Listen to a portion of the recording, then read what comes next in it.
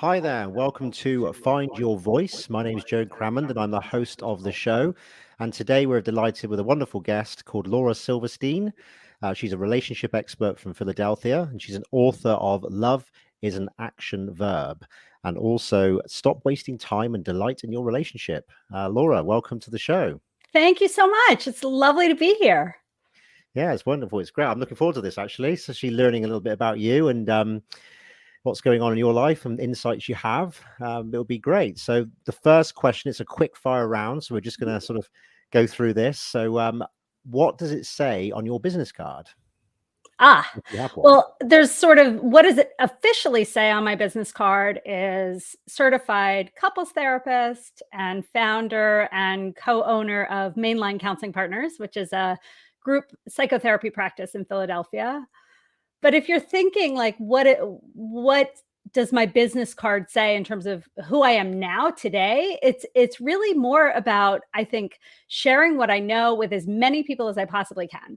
I've been doing this for 30 years, and now my goal is to basically share what couples therapists do behind the doors of sort of confidential couples therapy offices and share it with people who might not have access or, might not need expert couples therapy, but just so that they can improve their relationships and have more love in their life.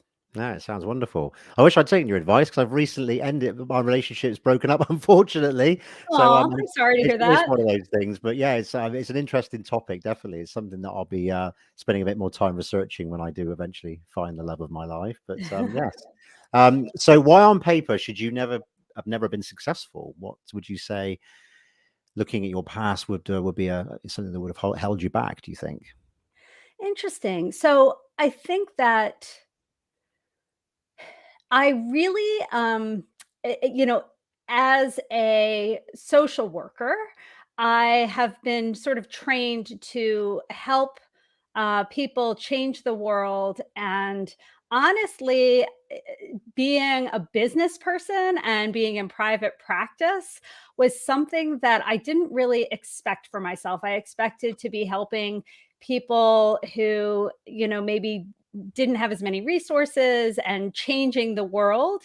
But from my perspective, I really wanted to build and grow and reach more people. So I would have never thought that I'd be the person that would own, a business. But here I am because I think that it's sort of a way to, I have therapists who work, with me, who are contractors for me. And so then all the people that they see and the students who can see people for very low rates, like it's a way to reach more people. And so if you had talked to me when I was in undergrad, I would call myself a sellout. No, really. But at this point in time, I in my career, I see the benefit in some of those choices I've made. Oh, 100%, definitely. No, you've certainly done well and benefiting a lot of people. It's an important thing, keeping those relationships happy and yeah, it's good stuff. So, if I asked 10 of your old schoolmates about you, well, how would they describe you? Apart from being Oh, a shy, shy. sensitive. I was very much the kind of person that sort of was in the background and watching people, very, very focused on other people and what was happening and relationships. I was definitely early on, probably quite aware that I was going to be a therapist all the way back in high school, just very interested in people and relationships. But I also had a certain amount of insecurity, I think, at that point in my life where I wasn't so good at taking risks back then. Okay. So, were you the girl that people came to when they had problems then? They just wanted to have a moan and a shoulder to cry on, and you just Yes. took on everybody else's drama and stuff. Yeah. Yeah.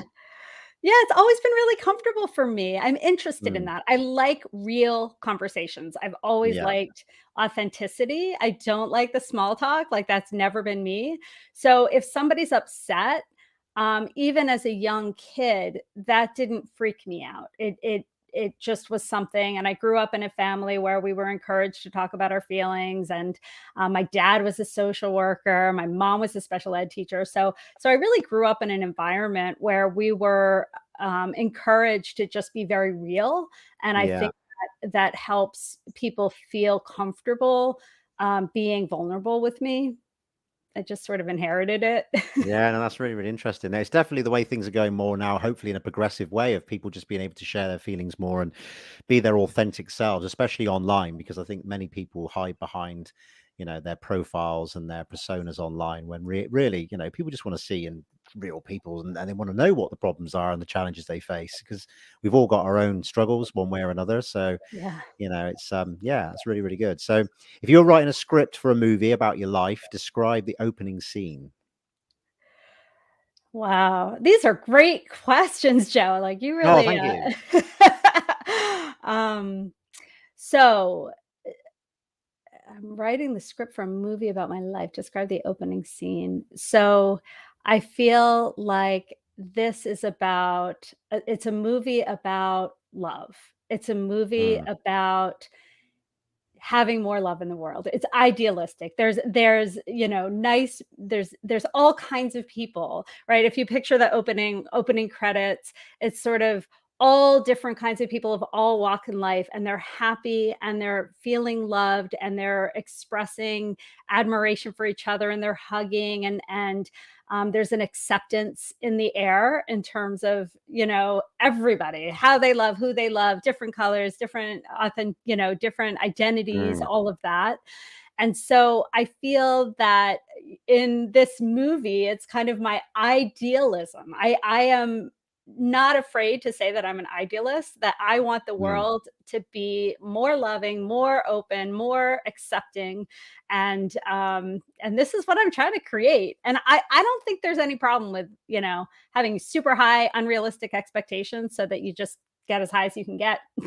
No, definitely, that's really good. That description of an opening scene actually sounds very much like the little shipping village I live in the summer holidays when all the kids are here and there's live Oh, music going on and everyone's having a few drinks and there's live bands and games on the beach and all that sort of stuff. Yeah, it's a very nice area I live in the UK. It's called Shoalham. It's a little oh, shipping village. But during the summer holidays, everyone visits that sort of place, and it's got a good vibe. So that's really interesting. You should say that. I want to go Um, there. you should definitely, yeah. So when was the last time you did something that scared you? Ah, well, this is scary. Mm. Being on a Oh, YouTube being on a live YouTube video is scary.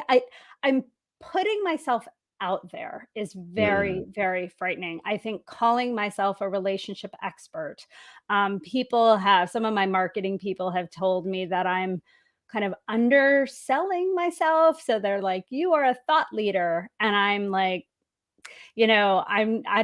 I'm just a person trying to, help people connect. And he was like, "You've been interviewed by the New York Times. You are a thought leader." And I was like, okay. So it was really scary for me to go into that website and change my language because I felt like I was being arrogant, like I was bragging, and I don't want people to think I'm all that. that's like a little bit of imposter syndrome, though, isn't it? It sounds like, yeah. Definitely, Mm, definitely. no, it's an interesting one. Well, when it comes to advice, what do people seek you out for?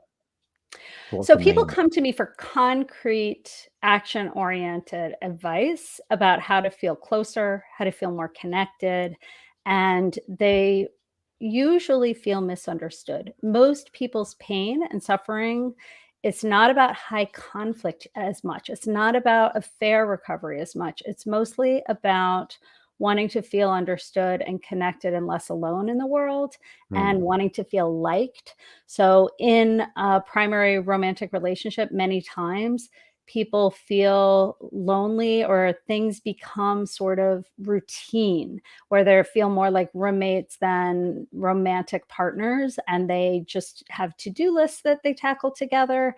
And most people really want more than that, but don't mm. necessarily know how to turn the ship around.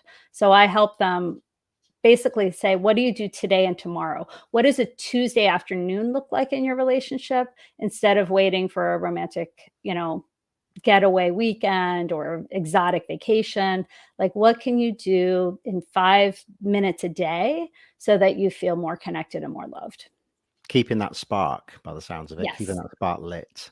Well said. Yeah, Exactly. it's complacency is the killer, isn't it? The killer of dreams, as they say. It's you get stuck in your routine, and I've had it in relationships where you do it. It feels like you're sharing your dwelling with, yeah, like a brother or a sister in a sense, like a housemate. Like Right. you've got a relationship, you love each other, but it's not like that in love with each other, and the passion and the spark tends to die off, and it happens to a lot of people, especially when there's children involved as well and things like that. So it's Right. yeah. Right. And I call it the silent killer of relationships because it's a lot easier to spot when there's a lot of fighting or there's some like very intense betrayal. But Mm, when there's this sort of slow, gradual emotional disconnection, sometimes people don't notice it and they kind of look around and they're like, oh, we haven't been making our relationship a priority just because we have kids and jobs and family members and we're putting out fires.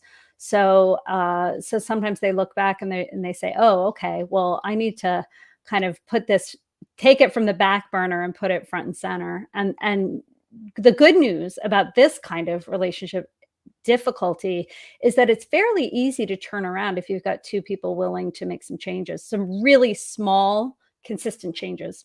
mm. That's great advice. Really interesting stuff. Okay, so technology-wise, in the world today, what's making you nervous right now?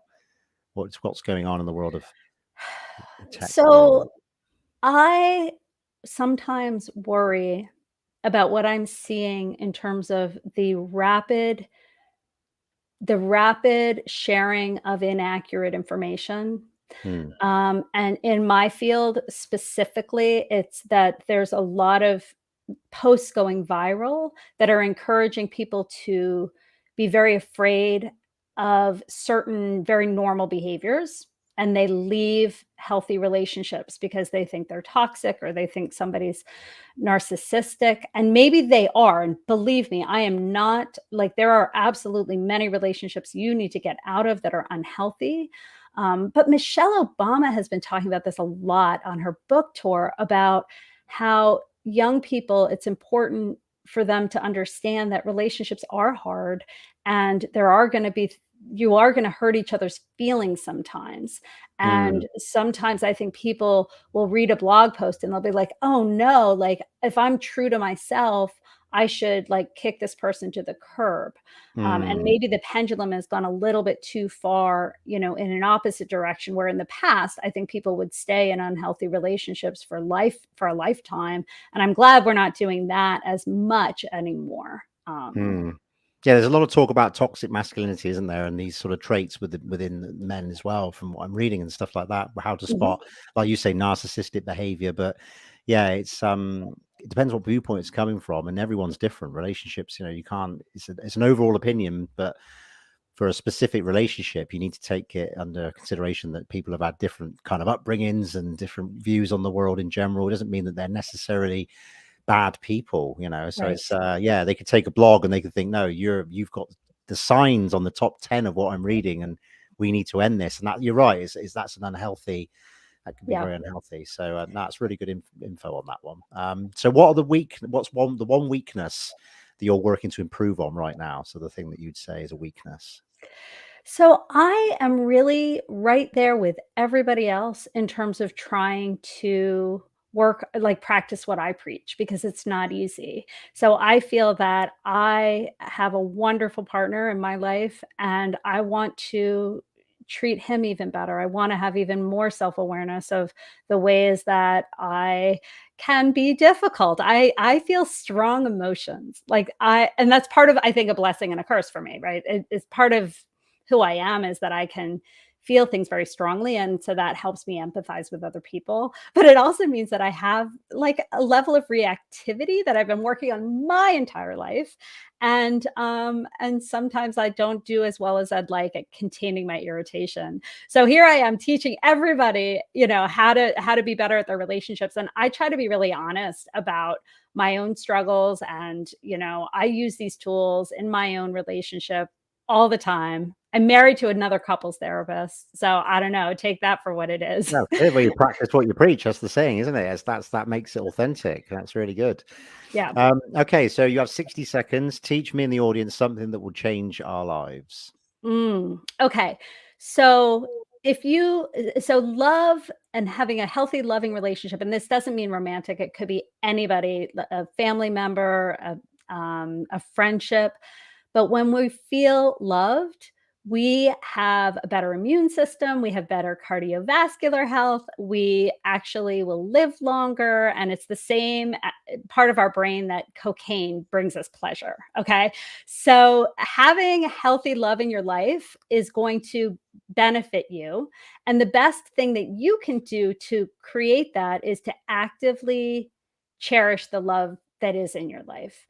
And the active is the key part. You can't just love people and hope that they know it. It also means expressing it verbally, non-verbally, consistently, even when they let you down or you're a little annoyed at them, to keep letting them know that you're grateful to have them in your life, so that you can continue to both feel what you deserve, which everybody feels. Everybody deserves love.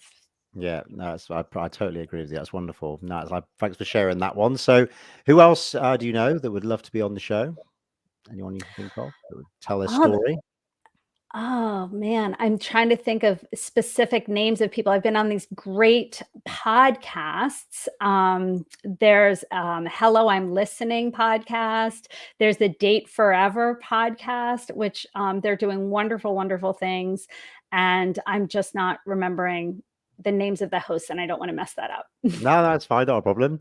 Okay, so what 3 words would you want written on your epitaph? Epitaph. Compassionate, generous, and loving.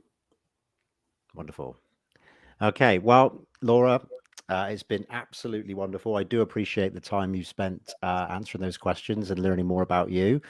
And just to let our audience know, if you want to build a thought leadership profile for yourself and be on podcasts in front of the right audience, visit www.podcastguesting.pro.